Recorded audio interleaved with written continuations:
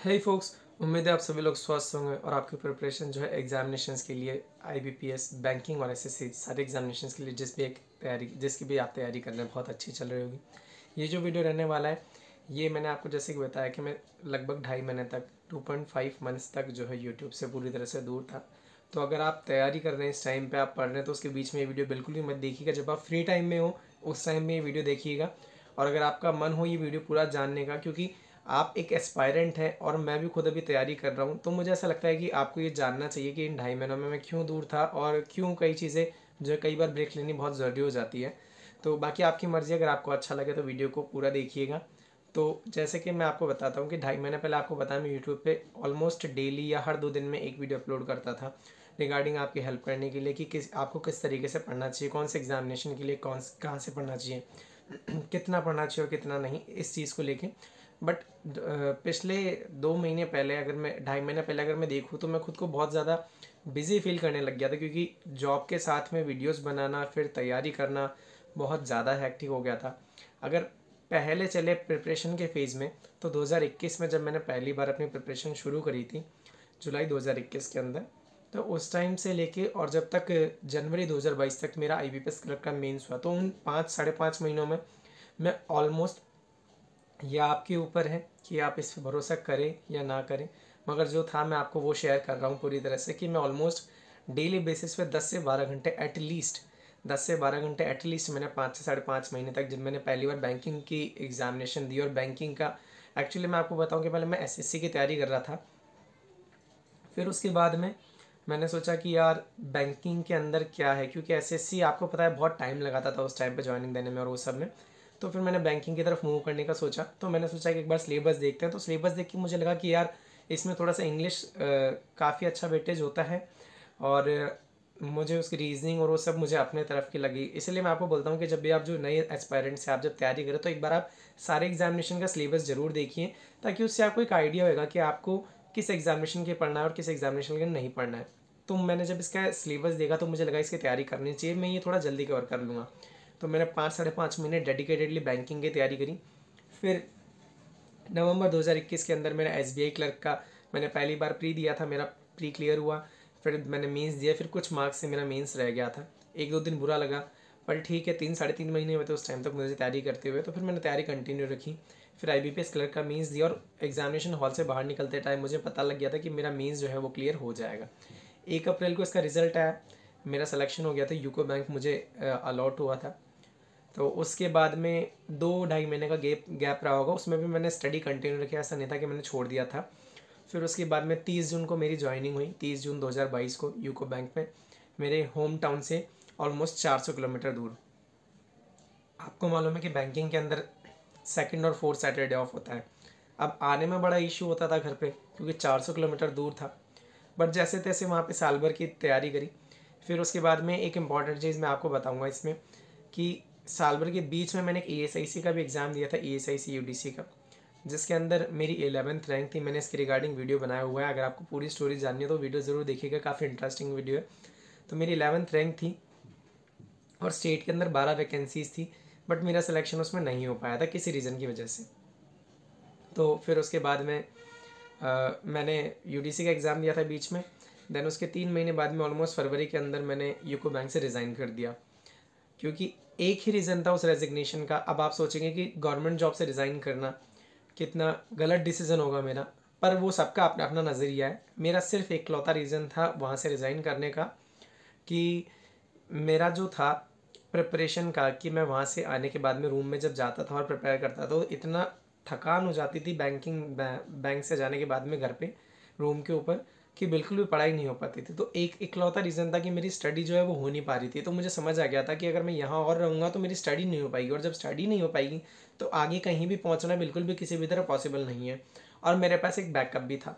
अगर आपको लगता हो कि आप कभी जॉब में हो और आपको ऐसा लग रहा हो, तो आप पहले 10 बार सोचिएगा उस बारे में, और उसके बाद में अपना डिसीजन लीजिएगा। मैंने बहुत सोच के इस चीज़ का डिसाइड किया।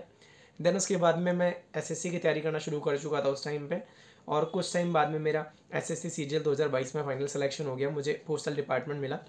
देन उसके कुछ 1 महीने बाद ही UDC की वेटिंग लिस्ट आ गई थी ESIC की, मेरा उसमें भी सिलेक्शन हो गया था, UDC में फाइनल सिलेक्शन।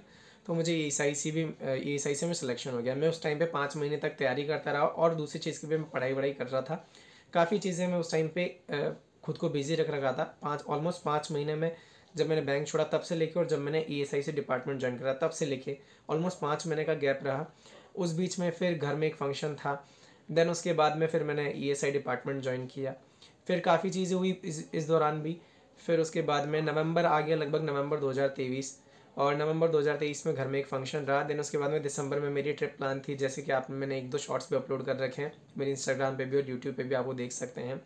और तो उसके रिगार्डिंग में मैं थोड़ा सा बिजी था, तो मैंने सोचा कि यार इस दौरान आप देखेंगे कि जब जुलाई 2021 से मैंने अपनी प्रिपरेशन शुरू करी थी, तब से लेके और ऑलमोस्ट अक्टूबर 2023 तक मैं इतना ज़्यादा ऑक्यूपाई था कि जॉब जाना, देन जॉब के बाद में वापस घर पे आना, फिर खाना वाना खा के फिर पढ़ाई करना, वीडियोस बनाना और वीडियोस अपलोड करना। इतना टाइम हो जाता था कि सप्ताह भर में 10 मिनट निकालना भी इतना ज़्यादा मुश्किल हो रहा था कि बिल्कुल भी पॉसिबल ही नहीं लगता था कि यार 10 मिनट भी कहीं से मैं निकाल सकता हूँ पूरे सप्ताह भर में, चाहे वो वीकेंड ही क्यों ना हो। क्योंकि वीकेंड के ऊपर मैंने ज़्यादा बिजी शेड्यूल रख रखा था कि मेरे को वीडियोस बनाने हैं और एक मॉक टेस्ट लगाने हैं, देन एक्स्ट्रा पढ़ना है जो वीक का रह गया है वो सब। तो बिल्कुल भी 10 मिनट निकालना भी किसी भी तरह पॉसिबल नहीं हो पा रहा था। तो पिछले 2-2.5 साल से होने के बाद मुझे ऐसा लग गया था कि यार बिल्कुल रोबोट की तरह लाइफ जी रहे हैं, बिल्कुल भी टाइम नहीं मिल पा रहा है। तो मुझे लगा कि मुझे थोड़ा सा ब्रेक लेना चाहिए इस चीज़ से। अभी मेरे पास एक जॉब है स्टेबल, तो मैं थोड़े टाइम के लिए, ऐसा नहीं कि हमेशा के लिए, बट थोड़े टाइम के लिए ब्रेक ले सकता हूँ। ये चीज़ मैं आपको बोलूँगा यहाँ पे कि बोरिंग लाइफ जीना भी बहुत ज़रूरी है। अगर बोरिंग लाइफ मैंने नहीं जी होती तो शायद मैं ये वीडियो नहीं बना रहा होता, मुझसे नहीं ये एग्जामिनेशंस क्लियर हुए होते। लेकिन उसके बाद में जब आप सेलेक्टेड हो जाए, जब आप अगर कोई सेलेक्टेड कैंडिडेट इस वीडियो को देख रहा है, तो अगर आपको कभी लगता है कि यार बहुत ज़्यादा बिजी हो गए लाइफ में, बिल्कुल भी टाइम ही नहीं मिल रहा है जॉब, स्टडी और अदर चीज़ों की वजह से, तो 1-2 महीने के लिए आप खुद को ब्रेक दे सकते हैं। ये बिल्कुल भी ऐसा नहीं है कि आपको कुछ गलत कर रहे हैं, बिल्कुल गलत नहीं कर रहे। क्योंकि अगर कमा किस लिए रहे हैं, अपन कमा रहे हैं, पढ़ रहे हैं किस लिए, इसलिए कि अगर अपने को रिलैक्स फील हो सके। अगर वही नहीं फील हो रहा है तो फिर कुछ भी मतलब नहीं है इस बात का। तो इसलिए मैंने 2-2.5 महीने तक, मुझे ऐसा लगा कि मैंने सोचा वैसे था 1-1.5 महीने का, बट फिर आपको पता है कि एक बार जब आप तैयारी छोड़ देते हो उसके बाद में वापस से बाउंस बैक करके तैयारी करना बहुत मुश्किल होता है। तो ऐसे करते करते 2 महीने निकल गए। फिर मैंने सोचा कि 1 जनवरी से पढ़ना शुरू करेंगे वापस नए साल से, वही सबकी तरह। फिर तब भी पॉसिबल नहीं हो पाया, फिर ऑलमोस्ट सकरात आ गई। फिर उसके बाद में मुझे लगा कि नहीं यार 2.5 महीने बहुत ज़्यादा हो गए, आप वीडियो भी नहीं बना रहे हैं और स्टडी भी नहीं कर रहे हैं, इनफ है, इतना ब्रेक इनफ है, अब आपको वापस से बिजी होना चाहिए। तो पिछले 5-10 दिनों से मैंने खुद को वापस से एक्टिव किया है यूट्यूब के ऊपर भी, और स्टडी के अंदर भी वापस से मैंने धीरे धीरे पढ़ना शुरू किया है, आधा घंटा 1 घंटा डेली करके। क्योंकि जॉब के बाद में इतना ही टाइम मिल पाता है, 2-2.5 घंटे मैक्सिमम। तो फिलहाल इतनी पढ़ाई करने की बस की हो नहीं पाती, 1-1.5 घंटा, आधा 1 घंटा मुश्किल से पढ़ाई हो पाती है डेली बेसिस में। वीकेंड पर ज़्यादा करने की कोशिश कर रहा हूँ। तो ये इस टाइम में इतना सब कुछ हुआ, इस वजह से मुझे लगा कि यार 2-2.5 महीने का या 1-1.5 महीने का जो भी है, मुझे ब्रेक लेना चाहिए। इस वजह से मैं यूट्यूब से पूरी तरह से दूर था, क्योंकि मैं बहुत बिजी फील करने लग गया था खुद को। तो आपको भी अगर कोई ऐसा इशू होता है या कभी किसी भी तरह से आप बात करना चाहते हैं, जैसे मैं आपको बताऊं, मैं किसी का नाम नहीं लूँगा पर्टिकुलर, मगर कई बार जब मैं पिछले 2 महीने पहले तक वीडियो बना रहा था, तो उस टाइम पे कई लोगों ने, 2-3 लोगों ने मुझसे इंस्टाग्राम पे भी कॉल करके भी और चैट पे भी मुझसे बात करी और कुछ 2-3 पर्सनल इश्यूज़ तक भी शेयर करे। तो मुझे अच्छा लगा कि ठीक है कि मैं कुछ सजेशन दे सकूँ उनको, जिनसे उनको थोड़ा बेटर फील हो। तो आपको कभी ऐसा लगता है, क्योंकि तैयारी के दौरान मुझे पता है कि इस फेज़ में बहुत बोरिंग लाइफ हो जाती है यार, रिजल्ट नहीं मिल रहे हैं, प्री क्लियर हो रहा है, मेंस में फेल हुए जा रहे हैं, तो बहुत बोरिंग लाइफ हो जाती है, आप खुद पे सेल्फ डाउट में आ जाते हैं। तो अगर आपको कभी भी किसी भी तरह से कोई भी इशू लगता है, किसी भी आपको लगता है कि यार आप किसी से बात नहीं कर पा रहे हैं, तो मेरी इंस्टाग्राम आईडी आपको नीचे मेंशन हो रही होगी, और मैंने अपने चैनल के डिस्क्रिप्शन में भी उसका लिंक डाल रखा है। तो उस पर आप जाके मुझे मैसेज कीजिएगा, मुझे जब भी जैसे भी टाइम मिलेगा मैं उसका जवाब ज़रूर दूंगा। तो ये कुछ था 2-2.5 महीने में मैं क्यों यूट्यूब से दूर था। मुझे लगा कि आप सभी एक एस्पायरेंट के टाइम में, और मैं खुद अभी भी एस्पायरेंट हूँ, मैं पढ़ रहा हूँ, पढ़ाई कंटिन्यू कर रहा हूँ, तो आप सब लोगों के साथ मुझे ये चीज़ शेयर करनी चाहिए। क्योंकि मैंने भी जैसा फील किया, बोरियत और एक बिजी सा बहुत शेड्यूल, एक एस्पायरेंट हमेशा ये फील करता है उसकी जर्नी के दौरान। तो इसलिए मुझे लगा कि आप लोगों के साथ ये शेयर करना चाहिए। अगर वीडियो आपको अच्छा लगा हो कोई बात आप कहनी हो, कोई चीज़ हो, आप मुझसे इंस्टाग्राम पर कनेक्ट हो सकते हैं या फिर नीचे कमेंट बॉक्स में कमेंट कर दीजिएगा, मैं ज़रूर रिप्लाई करूँगा।